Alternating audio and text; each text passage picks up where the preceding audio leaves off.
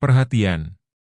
Konten ini mengandung konsep esensi ilahiyah yang membutuhkan aspek pemahaman mendalam, yang kemungkinan hanya dapat diakses dengan keterbukaan hati dan pikiran, untuk mencapai tingkat pencerahan dan kesadaran yang lebih tinggi.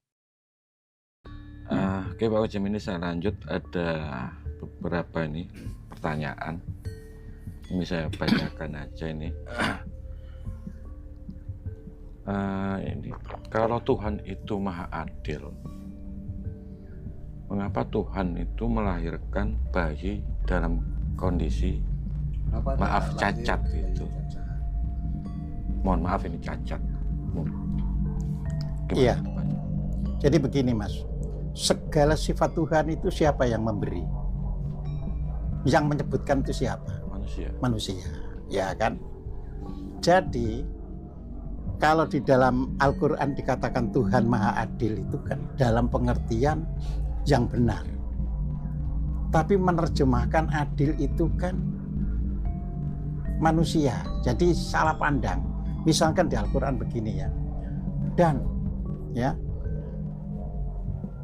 kami menciptakan segala sesuatu berdasarkan ukuran. Nah itu ada pada surat 25 ayat 2 atau surat 54 ayat 49.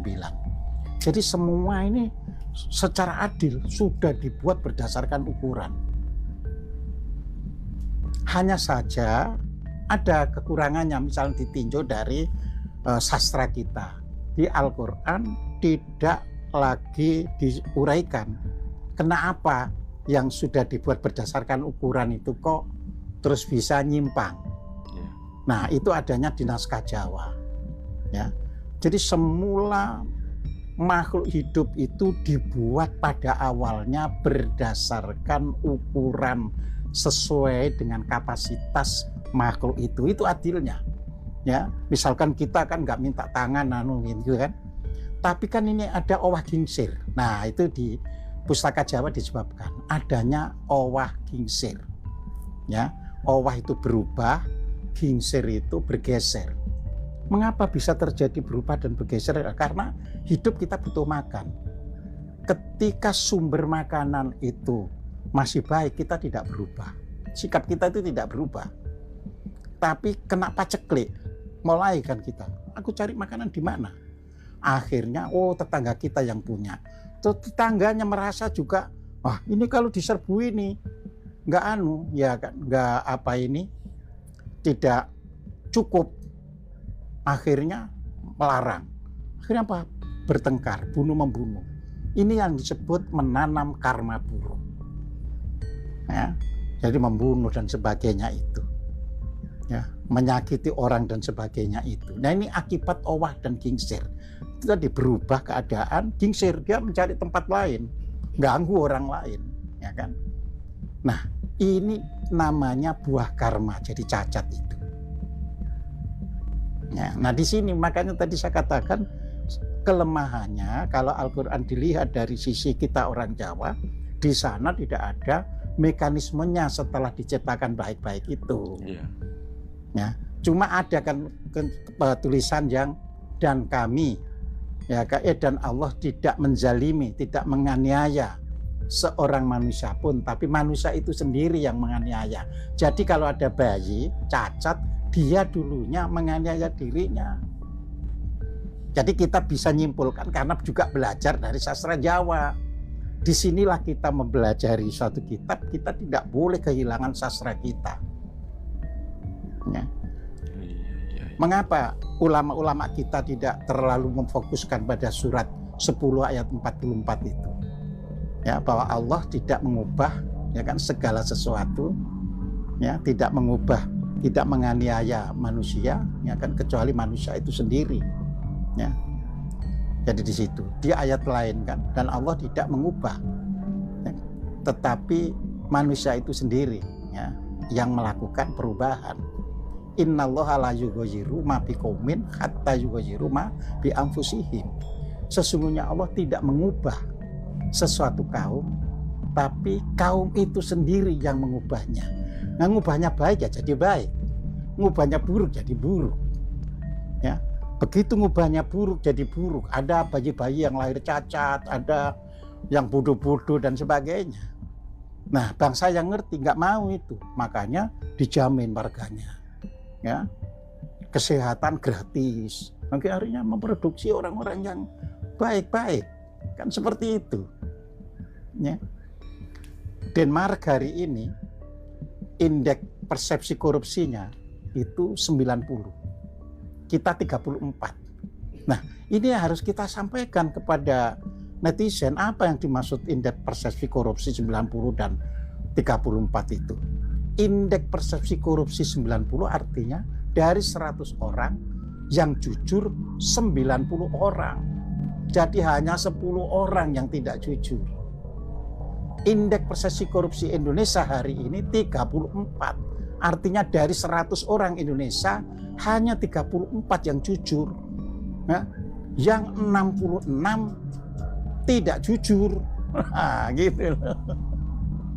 Nah, ini akan menghasilkan kecacatan dan sebagainya. Kalau duitnya nyolong suruh punya anak nggak cacat. Nah, anak yang cacat kok dimasukkan di koruptor itu? Ya karena dia dulunya nyolong, ya iki saiki cocok jadi wong tuamu. Ini cocok untuk kamu. Ya, kamu dulu membuat seperti itu, sekarang saya lewatkan itu. Lahir kembali tapi lewat orang itu.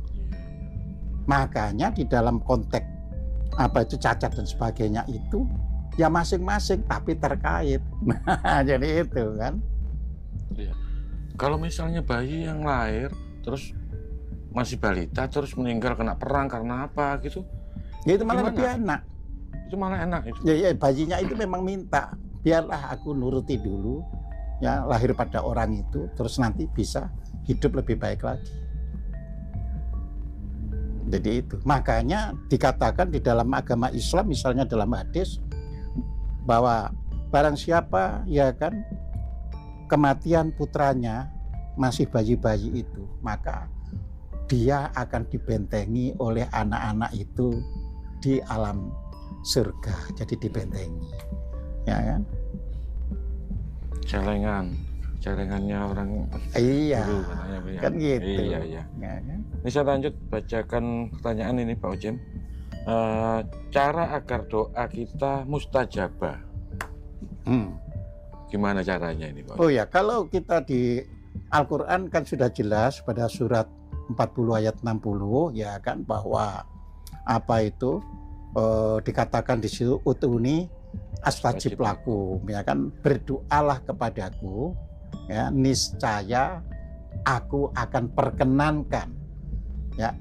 Jadi astajib itu ijabah, ya, artinya saya akan ijabahi, ya. Nah, tapi di situ kan ada kalimatnya, dan orang-orang yang mengingkari. Nah, ini kan itu yang membuat tidak terijabahi, kan gitu kan. Kalau di surat Al-Baqarah ayat apa itu 186 ya kan dikatakan di situ, dan mereka bertanya kepadamu tentang aku, katakan ini qorib, aku ini dekat, ya kan, ya. Tuhan akan mengabulkan kan begitu kan kalau mereka itu memperkenankan aku, memenuhi aku, ya. Sayangnya cuma diterjemahkan dengan apa itu sederhana, memenuhi perintahnya dan menjauhi larangannya. Padahal memenuhi aku itu ya memenuhi semua seruan, ya, bukan hanya yang kalau perintah dan larangan itu kan bisa karena dogma, ya kan. Tapi kalau keseluruhan itu kan, misalnya, ya kan, gak ada orang, tapi itu jelas barangnya orang, ya kan, saya harus memenuhi, karena memenuhi Tuhan, aku gak boleh ngambil. Nah, jadi itu kan. Ya, jadi di sini supaya kita itu istajab, ya, atau mudah terijabahi, ya kita lakukanlah, ya, satu permintaan itu tulus, bukan karena ada pamrih, ya kan. Kalau Anda minta kaya mau apa? Ya kan, harus gitu. ada alasannya berarti. Lah, ya kan, Saya makanya di dalam Iya. Al-Quran itu tidak dinyatakan permintaan yang aneh, ya kan? Nah, itu dihormati. Ya. Jadi ini penting etika diajarkan dengan benar. Terus ada vokasi, pelatihan-pelatihan, ya. Nanti kejiwaan itu turun. Sekarang di Indonesia itu Mas, kalau di klasifikasi dunia yang mengalami skizofrenia itu lebih dari 20%. Skizofrenia itu kategori gila sudah. Saya pernah bertanya kepada almarhum Dr. Kartono Muhammad, apa sih definisi gila yang mudah kita tangkap itu? Kan mereka itu tahu bahwa skizofrenia itu bukan gila dalam arti kata apa itu ya sudah gila-gila sampai di rumah sakit, itu tidak berarti gitu, ya kan? Jawabannya sederhana, dia tidak mengerti mana yang benar dan mana yang salah. Sudah skizofrenia itu. Ya, kalau kita hidup, Kalau koruptor berarti gila itu. gila, skizofrenia itu. Oke. Jadi di situ. Ya. Makanya kalau gila masih bisa mikir korupsi, ya kan hukuman kan gitu kan. Kalau gilanya sudah dibawa ke sumber waras, ya nggak bisa kan gitu kan. Ya. Iya. Jadi seperti itu. Jadi kita memang harus belajar melihat kenyataan. Kita ini kan apa ya, lebih menganggap dogma itu lebih benar daripada fakta. Ya, padahal fakta itu terus berubah. Ya, dogma bisa ketinggalan kan gitu. Betul. Padahal ilmu itu tetap berkembang. Iya, berkembang terus. Ya kan, sama kan petani kita. Kalau modelnya tradisional terus ya nggak bisa membangun lumbung pangan, ya kan? Ya harus mulai bagaimana petani kita itu dengan negara bisa memberikan kredit untuk mesin-mesin pertanian, harus seperti itu, ya. Terus dibangun koperasi pertanian yang bagus supaya hasilnya itu tidak dibeli oleh tengkulak. Nah, jadi seperti itu. Nah, nanti halunya hilang, gitu. Oke Pak Jemini, saya lanjutkan. Allah menciptakan langit dan bumi selama 6 hari atau selama 6 masa? Ya gini, hari itu apa sih definisinya? Harus begitu dulu. Orang Arab pun menghitung hari karena ada matahari. Iya. Ya kan? Ada edaran matahari sekian jam, separuh siang, separuh malam. Dalam gitu, satu putaran matahari itu. Iya. Nah, ketika hari. langit dan diciptakan itu wis duwe matahari turun. Kan tentunya belum ada. Belum ada. Lah iya, terus bagaimana bisa diterjemahi hari? Wong harinya belum ada. Gitu. Jadi itu hanya bisa diterjemahkan 6 periode. 6 periode. Iya. Jadi periode 1 misalnya berupa gas, itu kayak 6 fase bisa. Iya, fase 6 fase. Ya kan kayak di surat Al-Anbiya ayat 30, ya kan? Ya. Mula-mula berupa kabut, kan gitu kan? Iya. Terus kemudian kami pisahkan. Tapi itu pun yang ditanya orang kafir loh, Mas. Tapi orang Islamnya pada gak ngerti. Berarti orang Islamnya kan juga jadi kafir. Loh, coba lihat itu, baca surat 21 ayat 30. Saran baca sekarang sing keras supaya dipahami oleh orang-orang netizen kita ini, ya. Iya, monggo. Sudah Pak, saya buka Pak. Surat apa Pak?